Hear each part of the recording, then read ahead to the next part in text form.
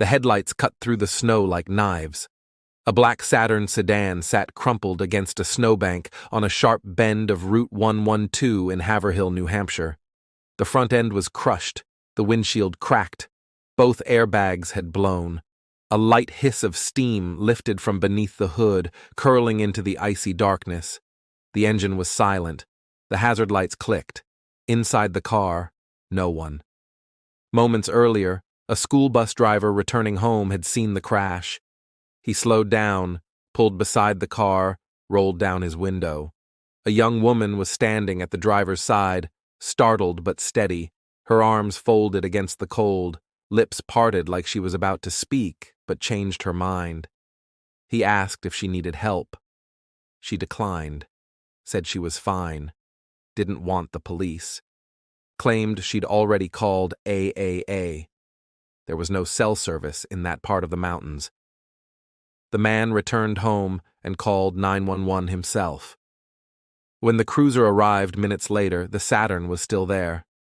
But Maura Murray was gone.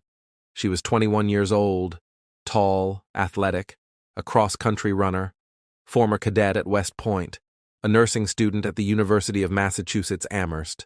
Her smile was confident. Her file was clean. Friends called her ambitious. Professors said she was gifted. But in the weeks before she disappeared, something had shifted. Her decisions had grown erratic. Private. On February 5th, Maura had a late-night shift working campus security in Melville Hall. Around 10:30 p.m., she received a phone call that would never be publicly traced. A few minutes later, a supervisor found her at her desk, visibly shaken, completely unresponsive. She stared blankly ahead and kept repeating the words, my God, over and over. It took nearly 90 minutes to calm her down. When asked what happened, she refused to say. The next day, she began researching places to stay in rural New Hampshire and Vermont, lodges, condos, cabins tucked into the woods. She called a condo owner in Bartlett, New Hampshire, where her family had vacationed years before. She checked MapQuest for directions to Burlington. She searched for weather reports in the White Mountains. And then, she wrote an email to her professors saying there had been a death in the family. There hadn't. She told them she'd be gone for a week.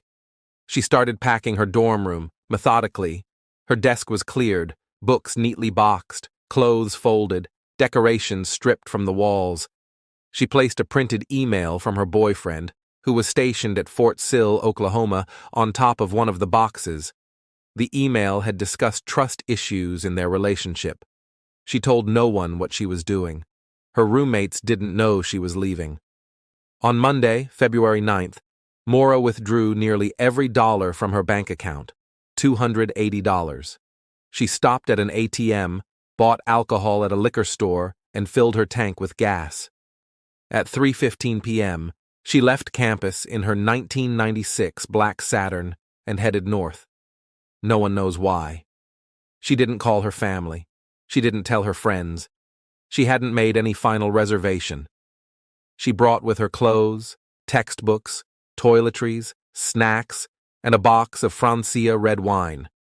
A few hours later, she would crash on a cold, rural highway. That was the last time anyone saw her. The accident occurred at 7:27 p.m. on Route 112, a narrow stretch of road winding through Haverhill's mountain corridor. A woman living in a nearby house heard a loud thud and peered out her window. She saw a car lodged into a snowbank, headlights on, hazards blinking. Just then, the bus driver arrived on the scene. He saw a young woman who appeared shaken but uninjured. She was wearing jeans and a dark coat. She seemed cold and stiff but lucid. He offered help twice. She declined. He said she smelled faintly of alcohol, but her speech was clear. Her tone was polite, even formal. She didn't want the police. She told him not to worry. He went home and called the authorities anyway. At 7:46 p.m., just minutes after that call, Officer Cecil Smith arrived at the scene. The car was locked. There was no one around. Inside, the airbags were deployed. The windshield cracked. Red wine was splashed across the ceiling and seats. A Diet Coke bottle with what smelled like liquor was found in the front seat. A box of Franzia wine lay in the back, partially empty.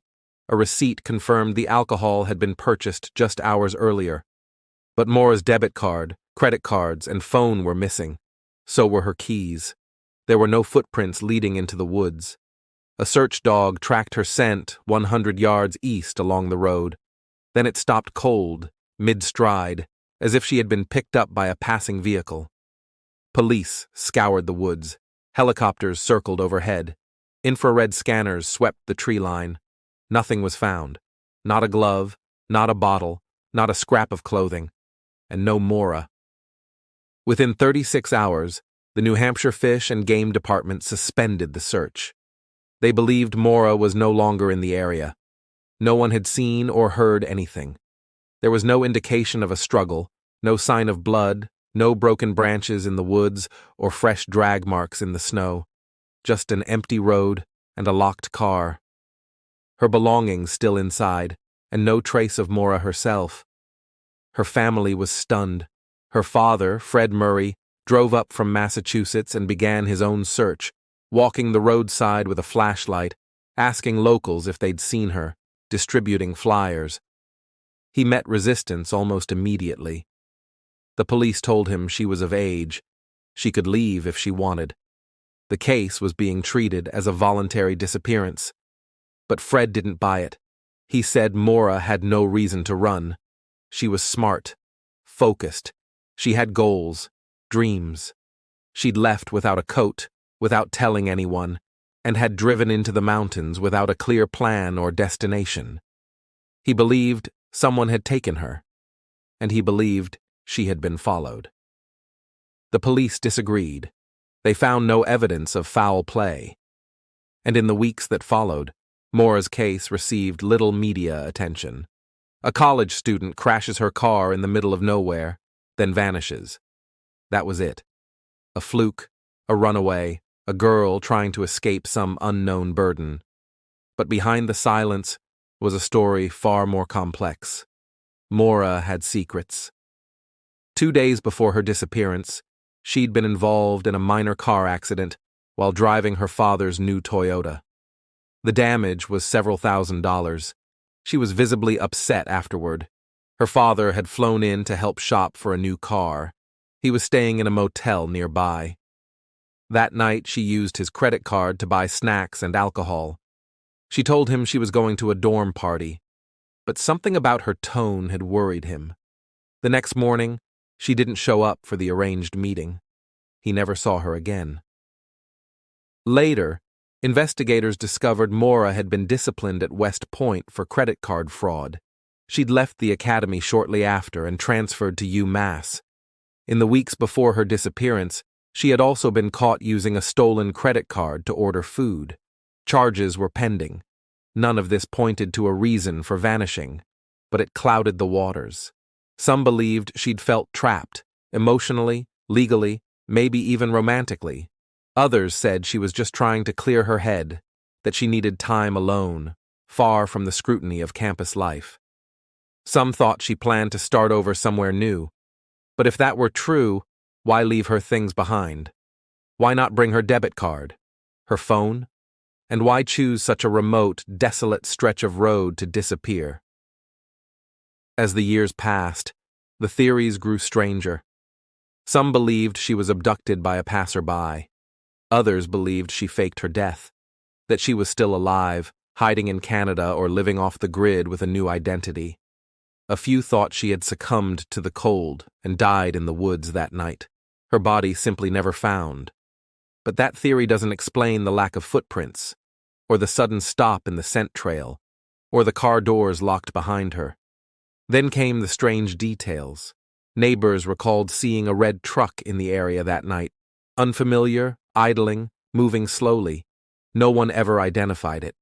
Police found a rag stuffed into Maura's tailpipe, suggesting someone may have tampered with her car. Some believed she'd been lured off the road. Others thought she'd staged the crash. But no one ever found the answers. Maura's case would go on to become one of the most widely discussed missing persons cases in the early age of internet sleuthing. Thousands of users on forums like Websleuths and Reddit pored over every detail: her phone bill, her ATM withdrawal, the items in her dorm room. Documentaries were made, podcasts launched, family members gave interviews, each offering their own theory.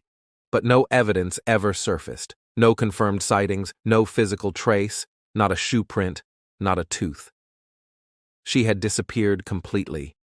In 2021, nearly 2 decades after Maura vanished, the FBI launched a renewed investigation into her case. A new task force was formed. The Murray family remained hopeful.